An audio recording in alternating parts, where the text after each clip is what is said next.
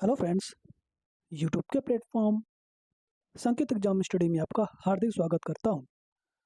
दोस्तों देखिए, इस वीडियो में जैसा कि आप हेडिंग देख पा रहे होंगे, इंडोप्लाज्मिक रेटिकुलम है ना दोस्तों, अंतःप्रद्रवी जालिका से संबंधित चीज़ों को कराया जाएगा है ना दोस्तों। ये यूकैरियोटिक सेल से संबंधित सेल ऑर्गेनेल होगा है ना दोस्तों। जैसा कि पिछले वीडियो में मैंने सेल ऑर्गेनेल को कराया था, वहीं से कंटिन्यू करेंगे इस वीडियो में। ध्यान से देखिएगा सभी चीज़ों को, सभी चीज़ें बहुत इंपॉर्टेंट होगी, यहाँ से भी प्रश्न खूब पूछे जाते हैं। चलिए दोस्तों, हम आगे बढ़ेंगे। देखेंगे दोस्तों, इंडोप्लाज्मिक रेटिकुलम ER। ठीक है, देखिए इसे हम शॉर्ट में कहेंगे ER। जब भी मैं नोट पॉइंट में इंडोप्लाज्मिक रेटिकुलम शब्द का जहाँ पर भी मेंशन होगा तो मैं शॉर्ट में इसे ER के नाम पर लिखूंगा। ठीक है, ER लिखूंगा, ध्यान रखिएगा। चलिए दोस्तों, इंडोप्लाज्मिक रेटिकुलम है ना दोस्तों, देखिए ये सेल ऑर्गेनेल है, इंपॉर्टेंट सेल ऑर्गेनेल है। इसकी खोज जो है, जब हम इसकी खोज की बात करते हैं तो लिखेंगे दोस्तों, discovered by discovered by discovered by porter porter and cloud है ना दोस्तों। इनके द्वारा इंडोप्लाज्मिक रेटिकुलम की खोज की गई। इसे आप याद रखेंगे, इनका नाम। चलिए आगे देखेंगे, इंपॉर्टेंट है, इसे आप याद रखेंगे। ये वैज्ञानिक का नाम है जिन्होंने इंडोप्लाज्मिक रेटिकुलम की खोज करी। आगे देखेंगे, इंपॉर्टेंट पॉइंट होगा, जरूर ध्यान देंगे इस पॉइंट को, समझेंगे थोड़ी सी बातें। देखिए, ये जो इंडोप्लाज्मिक रेटिकुलम है ना, ये यूकैरियोटिक सेल में प्रेजेंट होती हैं और प्रोकैरियोटिक सेल में एब्सेंट होती हैं है ना दोस्तों। तो हम पूरा पूरा सीधे सीधे पॉइंट लिख लेंगे कि जो ER है, इंडोप्लाज्मिक रेटिकुलम जो है, ये eukaryotic cell eukaryotic eukaryotic cells में प्रेजेंट होती हैं, पाई जाती हैं, प्रेजेंट होते हैं है ना दोस्तों। एब्सेंट कहाँ होते हैं? प्रोकैरियोटिक सेल में। इसके अलावा, प्रोकैरियोटिक सेल के अलावा और ये कहाँ पर एब्सेंट होंगी?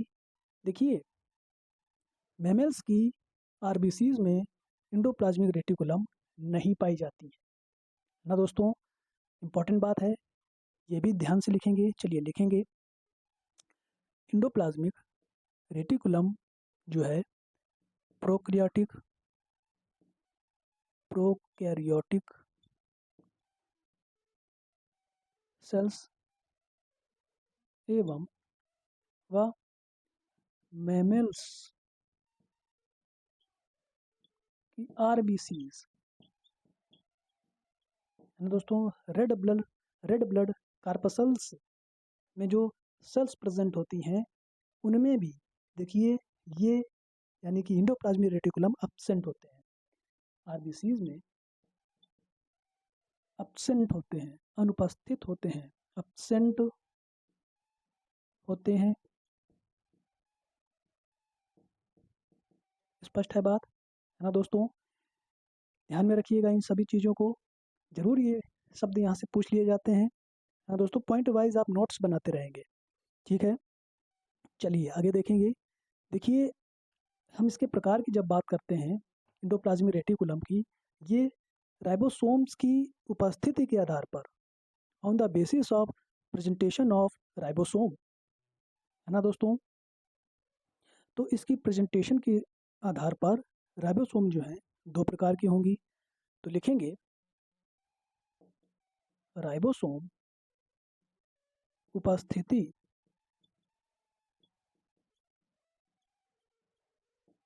के आधार पर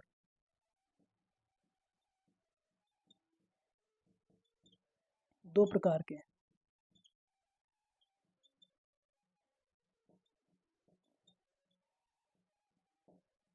दो प्रकार के होते हैं। कौन कौन से? पहला देख लेंगे, पहला देख लेंगे smooth endoplasmic reticulum. Smooth endoplasmic reticulum है ना दोस्तों, नोट्स बनाते रहेंगे। सेकंड हो जाएगा रफ इंडोप्लाज्मिक रेटिकुलम, चीज़ को ध्यान रखेंगे। और देखिए इसे हम शॉर्ट में क्या कह देंगे, शॉर्ट में कह देंगे स्मूथ इंडोप्लाज्मिक रेटिकुलम है तो SER बोल देंगे, रफ इंडोप्लाज्मिक रेटिकुलम को RER बोल देंगे, है ना दोस्तों। यही देखिए शॉर्ट नेम जो है हम यूज करेंगे नोट पॉइंट में। चलिए आगे देखेंगे। ये हमारे प्रकार हो गए, 2 प्रकार के होते हैं, ध्यान रखेंगे, ठीक है। राइबोसोम की उपस्थिति के आधार पर smooth ER and rough ER। चलिए आगे देखेंगे। हिंदी में कह देते हैं भाई, सो देखिए स्मूथ यानी चिकनी अंतःप्रद्रवी जालिका, रफ यानी खुरदुरी अंतःप्रद्रवी जालिका, याद रखेंगे इस बात को भी। चलिए आगे देखेंगे दोस्तों। देखिए थोड़ी सी बात समझ लीजिए।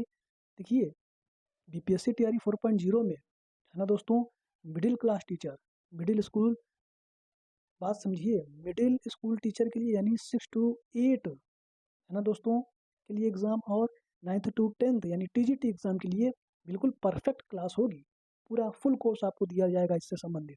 बाकी यूपी TGT का, है ना दोस्तों, बिल्कुल परफेक्ट है। इसके बाद उत्तर प्रदेश में ही सुपर टेट होता है जूनियर के लिए, बिल्कुल परफेक्ट क्लास होगी बायोलॉजी से संबंधित, है ना दोस्तों। और TGT के लिए इम्पोर्टेंट है ही उत्तर प्रदेश TGT के लिए। EMRS की भर्ती आ रही है, उसके लिए भी जूनियर TGT दोनों के लिए परफेक्ट होगी। और बाकी KVS की वैकेंसी में भी जूनियर और TGT में परफेक्ट क्लास होगी, ठीक है। आप नोट्स बनाते रहेंगे, आप ज़रूर क्वेश्चंस को उठा के देखिए। मैं जितना चीज़ें करा रहा हूँ उससे बाहर आपको नहीं मिलेंगी चीज़ें। चलिए आगे अगला देखेंगे। देखिए हम बात करते हैं स्ट्रक्चर की। अब अंतःप्रद्रवी जालिका यानी इंडोप्लाज्मिक रेटिकुलम में हमने प्रकार की बात करी, smooth endoplasmic reticulum and rough endoplasmic reticulum, ठीक है। चलिए देखेंगे। देखिए हम इसके स्ट्रक्चर की बात करते हैं। चलिए देखेंगे स्ट्रक्चर। हाँ दोस्तों, इम्पॉर्टेंट बात होगी स्ट्रक्चर की। देखिए जब तक स्ट्रक्चर हम नहीं देखते हैं तब तक माइंड में चीज़ें सेट नहीं होती हैं। देखेंगे किसी भी सेल में, है ना दोस्तों, क्या है कि न्यूक्लियस प्रेजेंट होगा, ठीक है। जो यूकैरियोटिक सेल है उसमें केंद्रिक प्रेजेंट होगा, यानी कि न्यूक्लियस प्रेजेंट होगा। और उस न्यूक्लियस से ही देखिए इस तरह से स्ट्रक्चर, ये जो हमारा न्यूक्लियस है ना दोस्तों, इसके चारों तरफ सेल मेम्ब्रेन प्रेजेंट होती है। बात स्पष्ट होगी, सेल मेम्ब्रेन प्रेजेंट होगी। देखिए मैं अपने तरीके से बना रहा हूँ, आप अपने तरीके से बनाइए, ठीक है। ध्यान से देखेंगे सभी लोग। ये इस तरह से, ये हमारी न्यूक्लियर मेम्ब्रेन हो गई, है ना दोस्तों, न्यूक्लियर मेम्ब्रेन हो गई इस तरह से। मैंने पिछली क्लास में, आप उठा करके देखिए क्लास, जाइए देखिए प्लेलिस्ट में जा करके देखेंगे तो न्यूक्लियस के बारे में मैंने बताया है। एक बार नहीं शायद 2 बार बताया है। मैं फिर से यहाँ पर बताने चल रहा हूँ। देखिए ये हमारा न्यूक्लियस हो गया। ये न्यूक्लियस कहाँ प्रेजेंट होगा, सेल के अंदर, है ना दोस्तों, सेल के अंदर। बाकी ये देखिए ये हमारा न्यूक्लियस हो गया। मैं फिर से बताने चल रहा हूँ, ये हमारी न्यूक्लियर मेम्ब्रेन हो गई, न्यूक्लियर मेम्ब्रेन हो गई। इंपॉर्टेंट बातें हैं ये, है ना दोस्तों। इसी में न्यूक्लियोप्लाज्म प्रेजेंट होता है ना दोस्तों, क्या न्यूक्लियोप्लाज्म। इसी न्यूक्लियोप्लाज्म में हमारे थ्रेड लाइक स्ट्रक्चर में क्रोमेटिन प्रेजेंट होते हैं, है ना दोस्तों, कई सारे क्रोमेटिन प्रेजेंट होते हैं। इसी न्यूक्लियस में देखिए न्यूक्लियोलस प्रेजेंट होता है, ठीक है। ये न्यूक्लियोलस प्रेजेंट होता है ना दोस्तों। तो देखिए यहाँ पर ये जो हो जाएगा ये न्यूक्लियोलस। बाकी चीज़ें आप जानते होंगे, ये क्रोमेटिन और इसके अंदर ये जो पदार्थ भरा होता है, द्रव्य भरा होता है, न्यूक्लियोप्लाज्म हो गया, है ना दोस्तों। अब हम बात कर रहे हैं इंडोप्लाज्मिक रेटिकुलम की। देखिए यहीं से इसकी मेम्ब्रेन से, न्यूक्लियर मेम्ब्रेन से ही अटैच्ड होते हैं ये इंडोप्लाज्मिक रेटिकुलम। ध्यान से देखेंगे ये इस तरह से अटैच्ड होते हैं।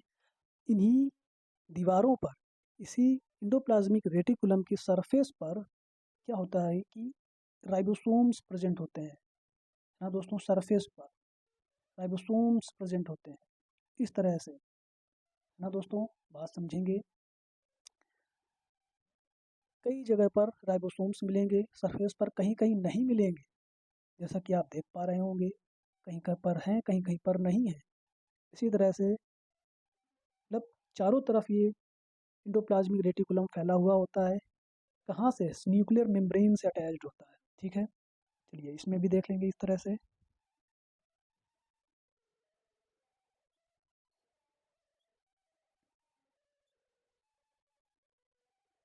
इस तरह से देखेंगे, ध्यान से देखेंगे। ये राइबोसोम्स अटैच्ड हैं, कहीं कहीं पर राइबोसोम्स नहीं अटैच्ड होंगे ना दोस्तों। देखेंगे ये इस तरह से, स्पष्ट चीज़ें समझ लीजिए। ये जो है ये राइबोसोम्स प्रेजेंट हैं, राइबोसोम्स लगे हुए हैं सरफेस पर। ठीक है, अच्छा, जहाँ पर जिस सरफेस पर राइबोसोम्स प्रेजेंट हैं ना दोस्तों, उसे हम रफ इंडोप्लाज्मिक रेटिकुलम कह देते हैं, यानी RER कह देंगे। बात समझ रहे हैं? ये जो यहाँ पर ये क्या है? RER, rough endoplasmic reticulum. जहाँ पर राइबोसोम्स एब्सेंट हैं उसे हम क्या कह देंगे? उसे हम कह देंगे SER। हाँ दोस्तों, स्मूथ इंडोप्लाज्मिक रेटिकुलम। स्पष्ट है बात? मतलब कि जहाँ पर राइबोसोम्स प्रेजेंट होंगे वो खुरदरी, भाई ये खुरदरी जैसी दिख रही है ना आपको, इसीलिए इसका नाम दिया गया है रफ इंडोप्लाज्मिक रेटिकुलम। ये स्मूथ दिख रही है क्योंकि यहाँ पर प्रेजेंट नहीं है राइबोसोम, इसलिए इसे स्मूथ इंडोप्लाज्मिक रेटिकुलम कह दिया गया। बात समझ रहे होंगे, उम्मीद करता हूँ बात समझ रहे होंगे। देखिए इसी से संबंधित एक और स्ट्रक्चर होता है, उसे भी समझ लेंगे। पहले मैं स्क्रीन पर देख लेता हूँ क्या सभी कुछ मेंशन हो रहा है। हाँ, हो रहा है मेंशन। देखिए कुछ और चीज़ को मैं डिस्कस करने चल रहा हूँ, जैसे कि उपस्थिति के आधार पर जैसे हमने प्रकार देखे थे राइबोसोम्स के, देखेंगे ये हमारी इंडोप्लाज्मिक रेटिकुलम है। ध्यान से सभी लोग देखेंगे इस तरह से। देखिए यहाँ पर ये सरफेस पर क्या प्रेजेंट है? राइबोसोम्स प्रेजेंट हैं ना दोस्तों, जैसा कि मैंने दिखाया है इस तरह से। और इस तरफ राइबोसोम्स नहीं प्रेजेंट हैं। जिस तरफ प्रेजेंट होंगे उसे हम क्या कह देंगे? RER कह देंगे, है ना। जिस तरफ प्रेजेंट नहीं है राइबोसोम्स उसे हम SER कह देंगे। भाई सिंपल सी बात है ना दोस्तों, बात समझ रहे होंगे। अच्छा, ये स्मूथ क्यों होती है? स्मूथ क्यों होती है? क्योंकि यहाँ पर प्रोटीन का फॉर्मेशन नहीं होता है। प्रोटीन का फॉर्मेशन नहीं होगा, इसका मतलब राइबोसोम्स नहीं प्रेजेंट है ना। अभी फिलहाल यहाँ की बात हम करते हैं, है ना। तो किसका फॉर्मेशन होता है? तो सिंथेसिस होती है किसकी? फैट की। ठीक है, यहाँ पर सिंथेसिस होती है किसकी? फैट की, फैट सिंथेसिस। इस तरह से आप लिख लेंगे, बात दिमाग में बनी रहेगी। फैट की सिंथेसिस होती है।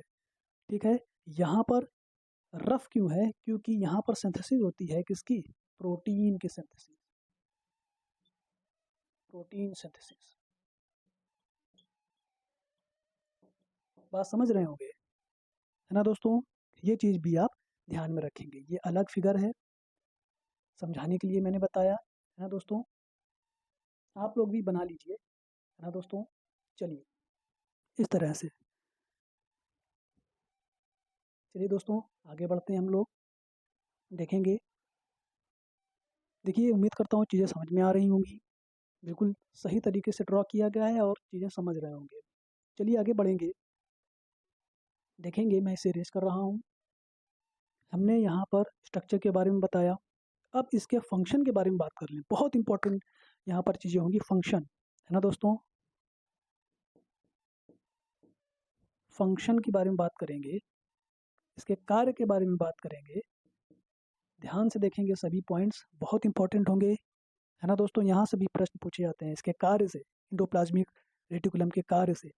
चलिए देखेंगे। देखिए फंक्शन की हम बात करते हैं। देखिए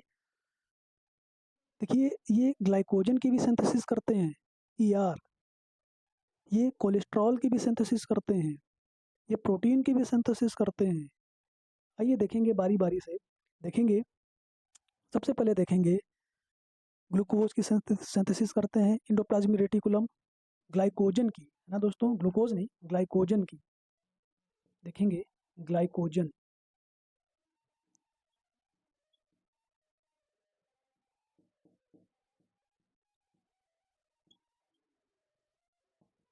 सिंथेसिस, ठीक है। अच्छा, ग्लाइकोजन की सिंथेसिस कौन करेगा, ये इंपॉर्टेंट बात है। आर ई आर करेगा या एस ई आर करेगा? तो देखिए, ये S E R, smooth endoplasmic reticulum के द्वारा, ये इंपॉर्टेंट बात है, ठीक है, ये इंपॉर्टेंट बात है। चलिए आगे देखेंगे। ग्लाइकोजन हो गया, और कोलेस्ट्रॉल हो गया, है ना दोस्तों, कोलेस्ट्रॉल, कोलेस्टेरॉल, है ना दोस्तों। देखिए, इसकी सिंथेसिस जो है, कोलेस्ट्रॉल की सिंथेसिस कौन करेगा भाई? एंडोप्लाज्मिक रेटिकुलम कोलेस्ट्रॉल की सिंथेसिस तो करता है, उसमें भी कौन सा प्रकार सिंथेसिस करता है? ये एस ई आर, यह भी करेगा, स्मूथ इंडोप्लाज्मिक रेटिकुलम के द्वारा, है ना दोस्तों, याद रखिएगा।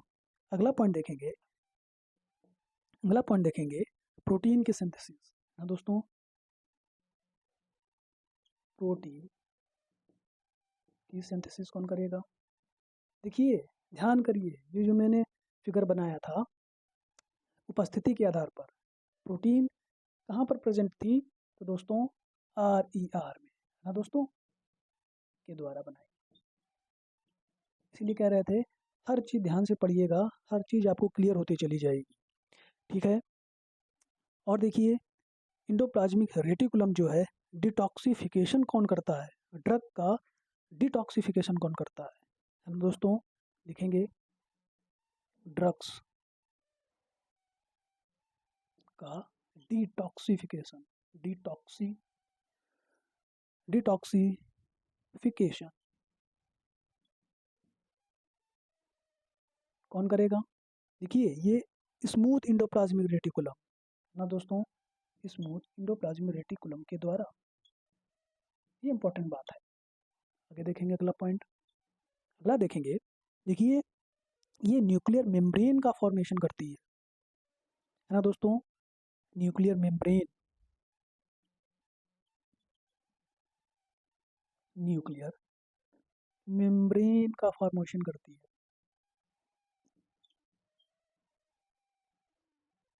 ठीक है, फॉर्मेशन, ठीक है। चलिए, इसमें हम प्रकार नहीं देखेंगे, ठीक है, आगे देखेंगे, आगे देखेंगे। देखिए ये, देखिए ये लाइसोसोम्स, जिसमें से प्रकार होता है, प्राइमरी लाइसोसोम्स का फॉर्मेशन करती है, ठीक है, प्राइमरी लाइसोसोम्स का फॉर्मेशन करती है, ठीक है, याद रखेंगे, प्राइमरी लाइसोसोम्स का फॉर्मेशन। देखिए, ये इतने बहुत ही ज़्यादा महत्वपूर्ण पॉइंट है, ठीक है। अलग अलग स्मूथ इंडोप्लाज्मिक रेटिकुलम और रफ इंडोप्लाज्मिक रेटिकुलम को आपने देखा, इस तरह से ये फंक्शन हो गए, और भी बहुत इंपॉर्टेंट पॉइंट होंगे। चलिए देखते हैं, मैं अगले पेज में मेंशन करूँगा, देखेंगे।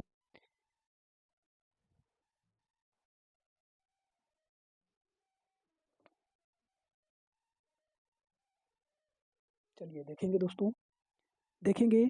देखिए, यह सेल को मैकेनिकल सपोर्ट प्रदान करता है ना दोस्तों, ई आर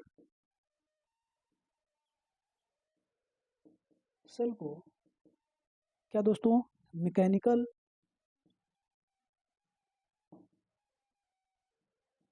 सपोर्ट प्रदान करता है, ठीक है, मैकेनिकल सपोर्ट प्रदान करता है,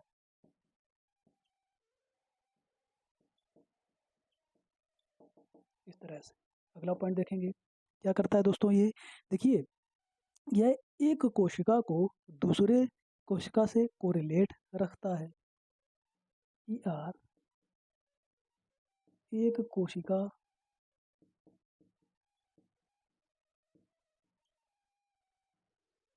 को दूसरे कोशिका से संबंधित रखता है, या कहते हैं को रिलेट रखता है ना दोस्तों। इंपॉर्टेंट है बात समझ गए होंगे।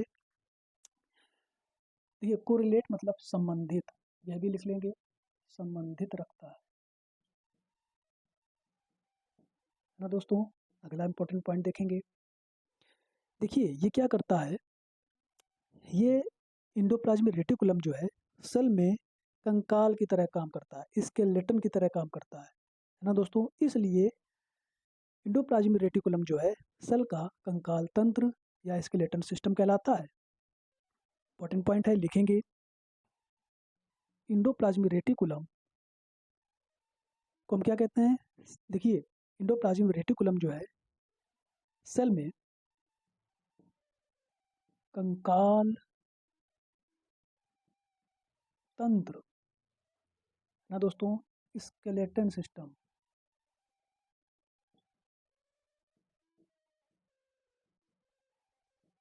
की तरह कार्य करता है। कंकाल तंत्र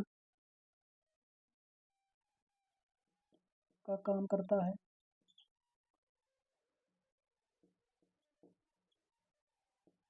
ना दोस्तों। इसलिए इसे कोशिका का कंकाल तंत्र कहा जाता है।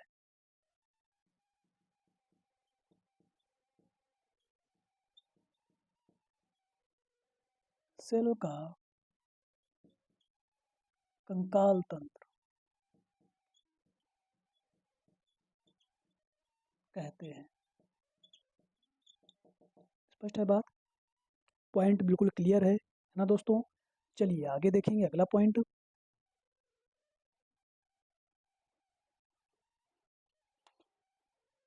अगला पॉइंट देखेंगे, देखिए इसे सेल का यातायात प्रबंधक भी कहते हैं, यानी कि ट्रांसपोर्ट मैनेजमेंट है ना दोस्तों। ईआर को इंडोप्लाज्मिक रेटिकुलम को क्या है कि इंडोप्लाज्मिक रेटिकुलम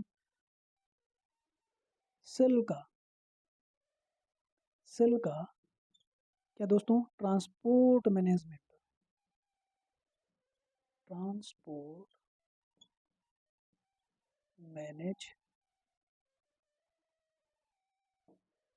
भी कहते हैं, ठीक है, या भी कहते हैं यातायात प्रबंधक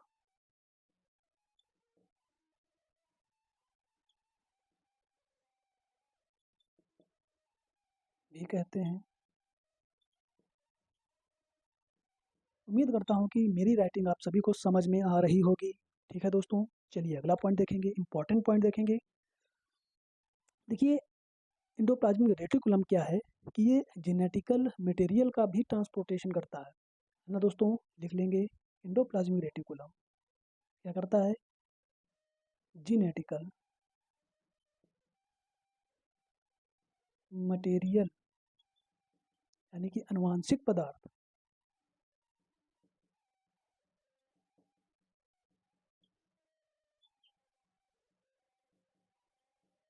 आनुवांशिक पदार्थ का ट्रांसपोर्ट करता है, का संवहन करता है ना दोस्तों, या अभिवहन करता है, का ट्रांसपोर्ट करता है